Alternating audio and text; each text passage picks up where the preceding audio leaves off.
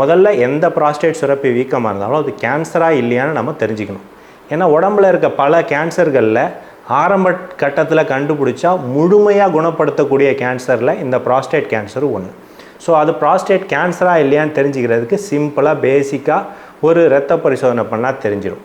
அது பண்ணி அது கேன்சர் இல்லை அப்படின்றத நம்ம ஃபஸ்ட்டு தெரிஞ்சுக்கணும். ஒரு அல்ட்ராசவுண்ட் ஸ்கேன் பண்ணி பார்க்கணும். அந்த அல்ட்ராசவுண்ட் ஸ்கேனில் என்ன பார்க்குறோம் அப்படின்னா, அந்த ப்ராஸ்டேட் எவ்வளோ வீங்கியிருக்கு, அதனால் யூரின் உள்ளே எவ்வளோ தேங்கியிருக்கு, அந்த யூரின் உள்ளே தேங்கியே இருக்கிறதுனால கிட்னிக்கு எதுவும் பாதிப்பு இருக்கான்றதை நம்ம தெரிஞ்சுக்கிறோம். கிட்னிக்கு எதுவும் பாதிப்பு இல்லாத சுச்சுவேஷன்லேயோ மாத்திரைகளை கொடுப்பாங்க. மாத்திரையை சாப்பிட்டா ஒரு வாரத்தில் உங்களுக்கு முன்னேற்றம் தெரியும். அந்த முன்னேற்றம் தொடர்ந்து மாத்திரை சாப்பிட்டுட்டு இருக்கிற வரைக்கும் இருக்கும்.